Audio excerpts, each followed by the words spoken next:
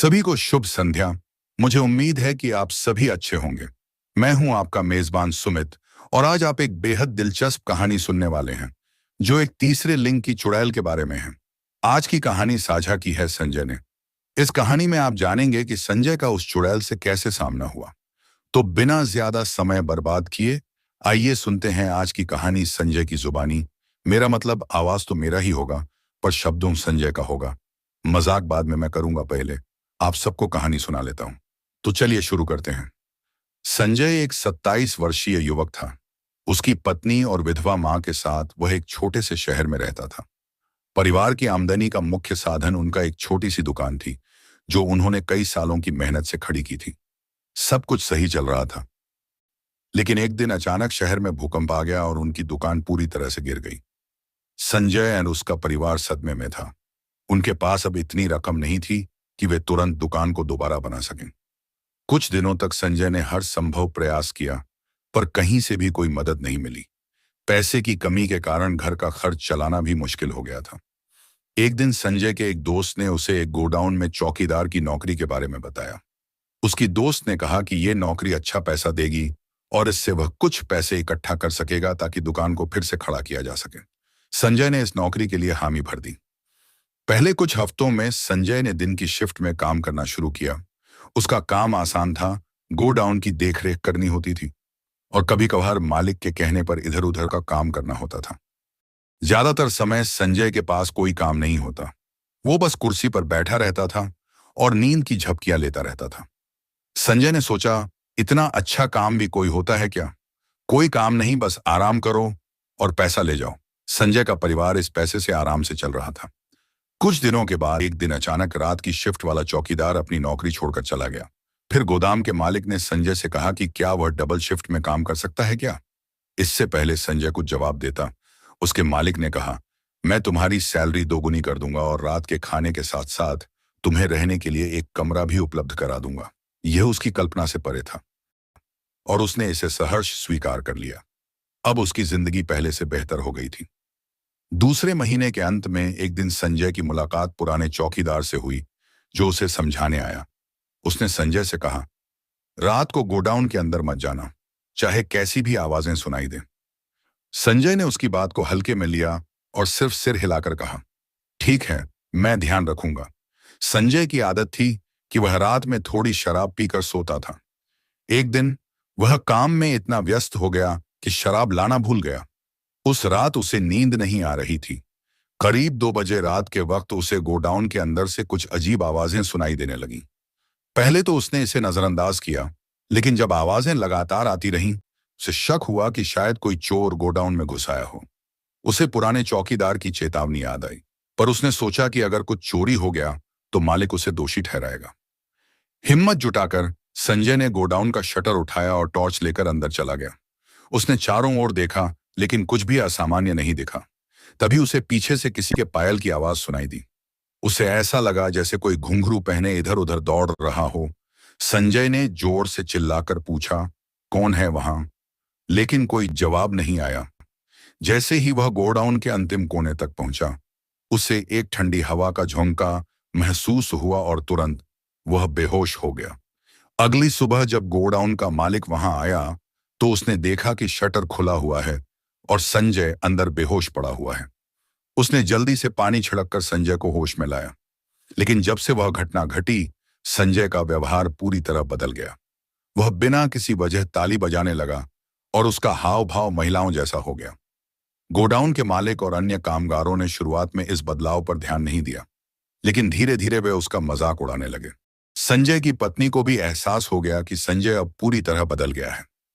साड़ी पहनने की अच्छा जताने लगा, कानों में बलिया पहनने और होठों पर लिपस्टिक लगाने की जिद करने लगा था। अगर उसकी पत्नी उसे रोकने की कोशिश करती तो संजय बहुत क्रोधित हो जाता। टेंशन में आकर संजय की पत्नी ने यह सब बात अपनी सास यानी संजय की मां को बताई। संजय की मां ने तुरंत पास के मंदिर के पुजारी से संपर्क किया और उनसे मदद मांगी। पुजारी ने सब कुछ सुनने के बाद बताया, संजय पर किसी तीसरे लिंग की आत्मा का साया है।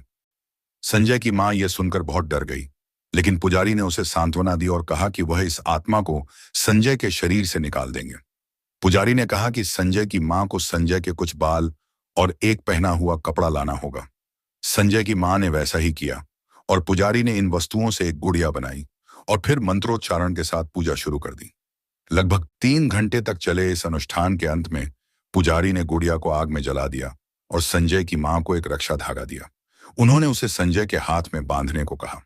जैसे ही धागा संजय के हाथ में बांधा गया, संजय का व्यवहार धीरे धीरे सामान्य होने लगा, लेकिन उसके अंदर की बेचैनी पूरी तरह से खत्म नहीं हुई थी। संजय की पत्नी और मां ने राहत की सांस ली, लेकिन उन्हें अब भी संजय की मानसिक स्थिति को लेकर चिंता थी। संजय के ठीक होने के बावजूद उसके चेहरे पर एक अजीब सी उदासी छाई रहती थी। वह अब घर के कामों में हाथ बंटाने लगा, लेकिन रात के वक्त वह अब भी बेचैन रहता था। कुछ दिनों तक सब कुछ ठीक चलता रहा, लेकिन फिर एक रात जब संजय सो रहा था, अचानक उसे वही घुंघरुओं की आवाज सुनाई दी।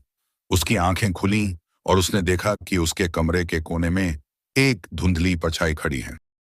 उसकी आंखें किसी बल्ब की तरह चमक रही थीं और वह संजय की ओर बढ़ रही थी।